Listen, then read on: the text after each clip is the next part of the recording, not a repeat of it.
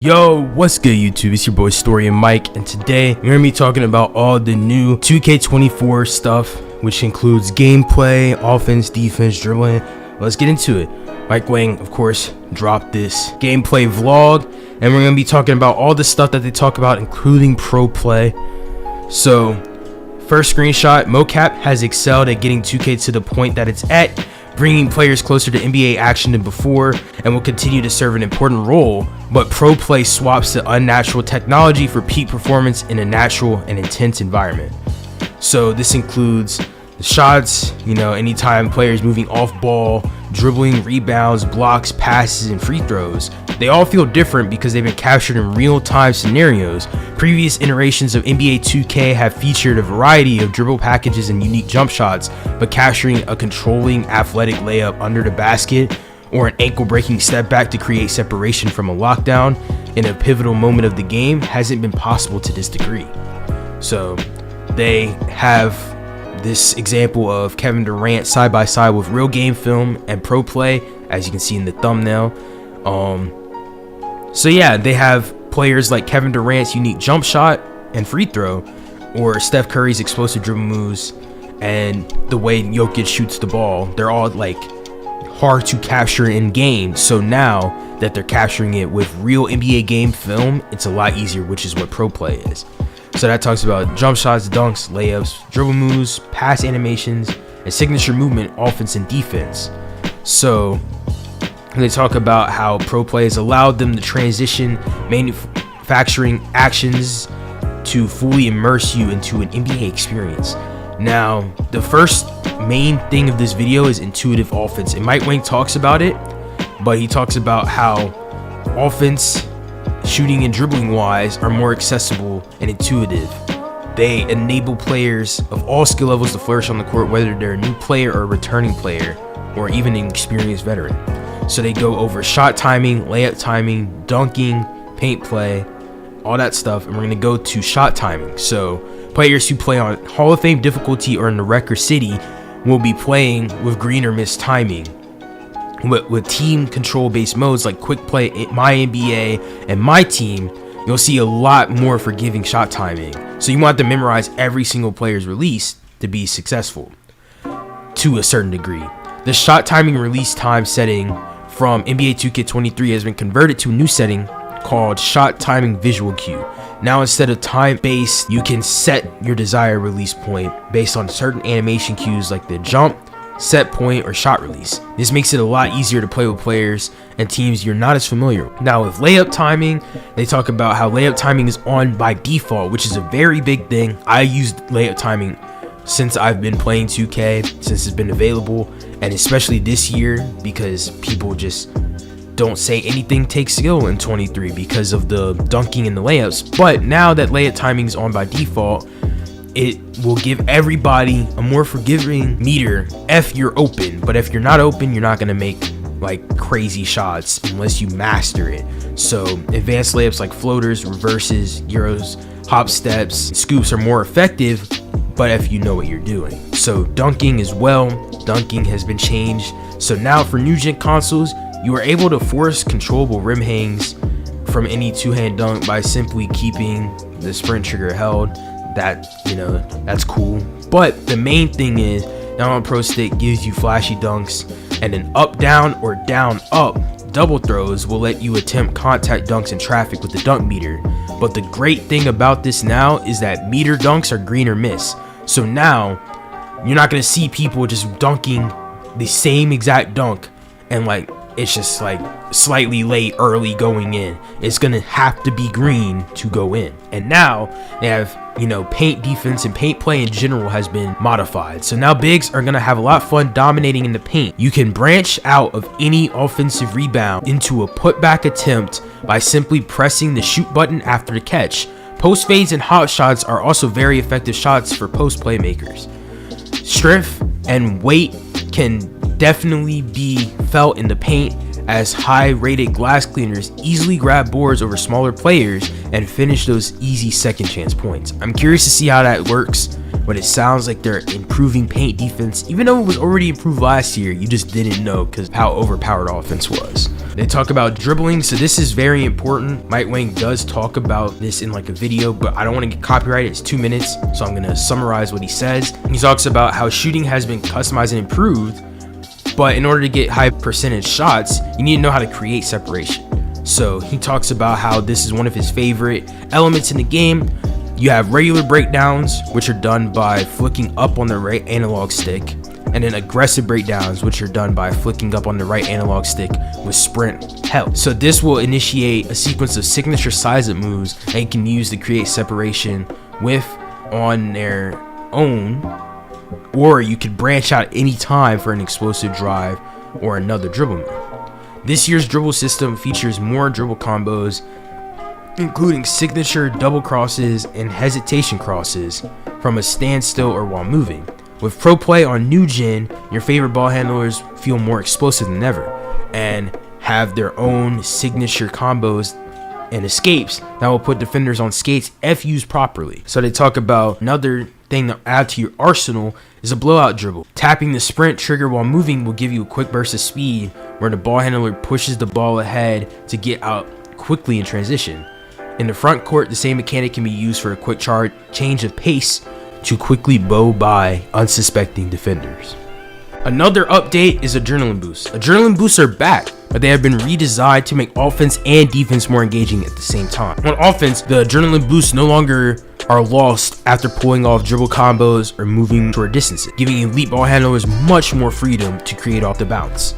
But boosts will disappear every time the on-ball defender can bump the ball handler on a drive attempt. This means the cost of losing adrenaline is different this year as well. Instead of dramatically slowing the ball handler's movement, the adrenaline will now heavily impact shooting attributes. So if a good defender can clamp the ball handler and bump them 2 or 3 times, they'll have a really tough time scoring if they can manage to get free. Creating your own shot off a dribble is not the only way to get good shots in the game of basketball. Knowing how to operate off ball is different. So they're adding like a system that they had last year with the offhand jukes with the right analog stick and stuff like that. So now they're, adjusting it and making it even more useful. So try those out. Skill-based defense. So skill-based defense along with the changes to adrenaline counter moves are big in NBA2K24. Perimeter and paint defense are both effective and reward players for anticipating and making good reads. Defensive movement has improved on many fronts. With better responsiveness and less sliding, that's a very big one. Sliding was bad this year. This helps defenders get where they need to be in a much more improved body-up system. Ball handlers will have a tough time getting free against great defenders. The improved contact can also be felt in the paint.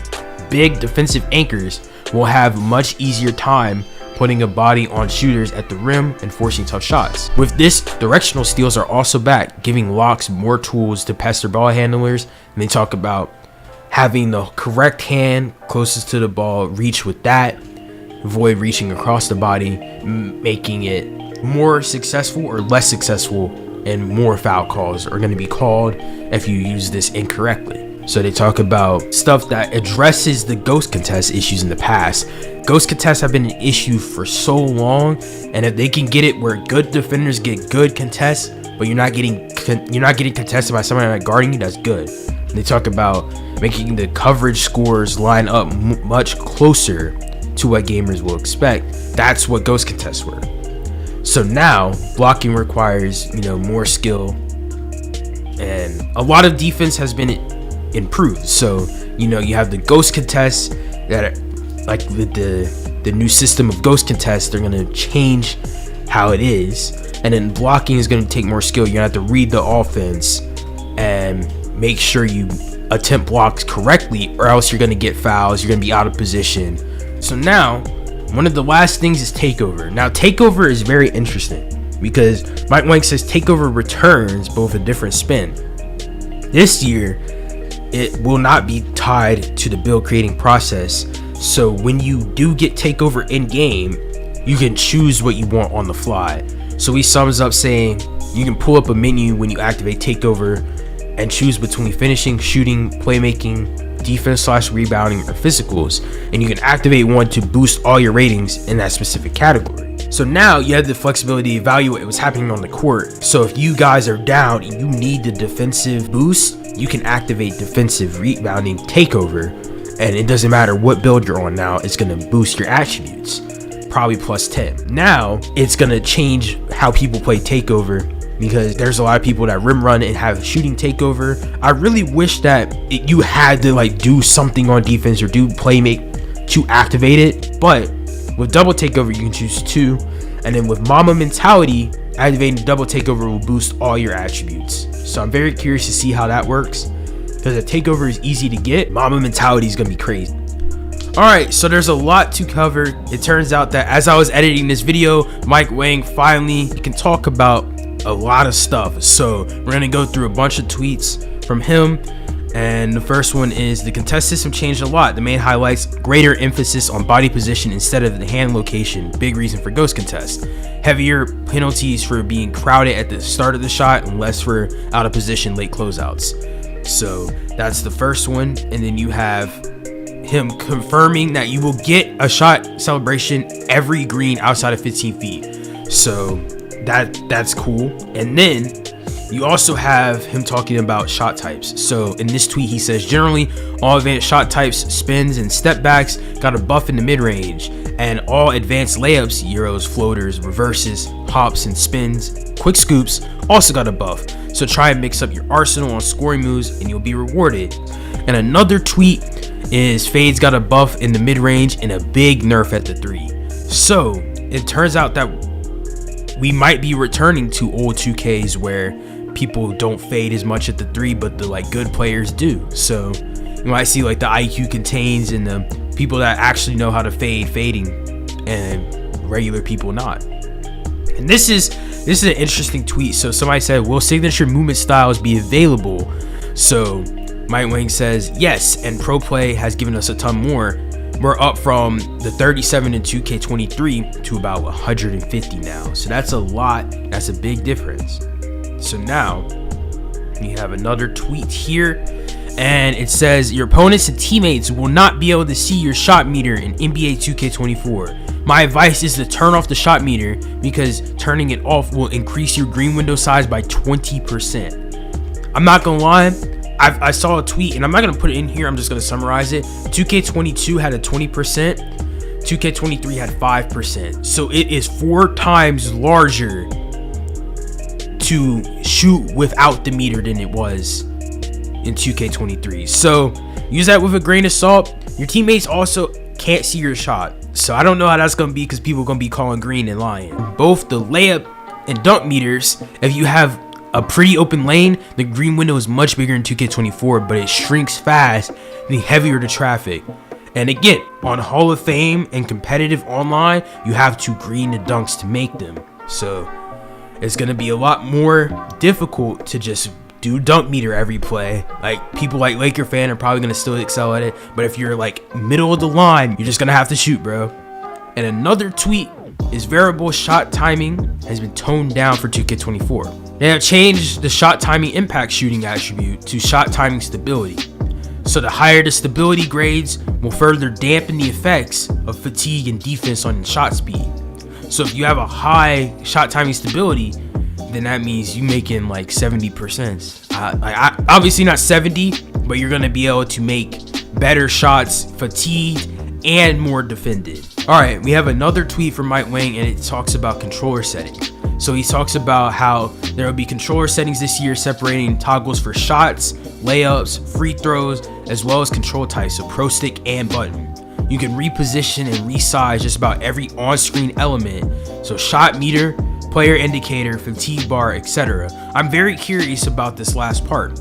Shot meter, player indicator, and fatigue bar. I'm one of the people that uses a meter for hop jumpers and layups, so if I can just find a meter I like and position it where I want, rather than having to unlock a different like orientation, that's gonna be very nice. And then you can, adjust your player indicator, fatigue bar. I hope you get to move it, and then some other stuff. So that's gonna be cool to see. We'll probably see some more stuff in a courtside report later on. Double H says, one thing I know for sure is my build will have high defensive stats like usual again. I'm not gonna lie, I'm gonna have to follow and not follow.